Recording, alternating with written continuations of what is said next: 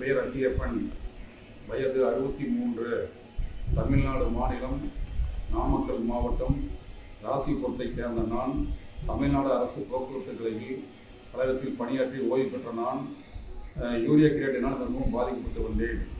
மருத்துவர்கள் எனக்கு டயாலிசிஸ் செய்ய வேண்டும் என்று சொல்லிவிட்டார்கள். நான் எவ்வளோ மருந்து உட்கொண்டு சரியாகவில்லை.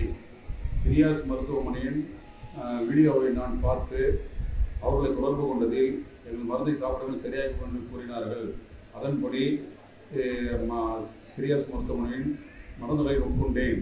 டயட் கண்ட்ரோல், அதாவது உணவு கட்டுப்பாடு எடுத்துக்கொண்டு வந்தேன். 9.8 இருந்த இந்த யூரியா கிரியேட்டின் தற்சமயம் 5.8 ஆக குறைந்துள்ளது. நான் தற்சமயம் நலமுடன் இருக்கின்றேன்.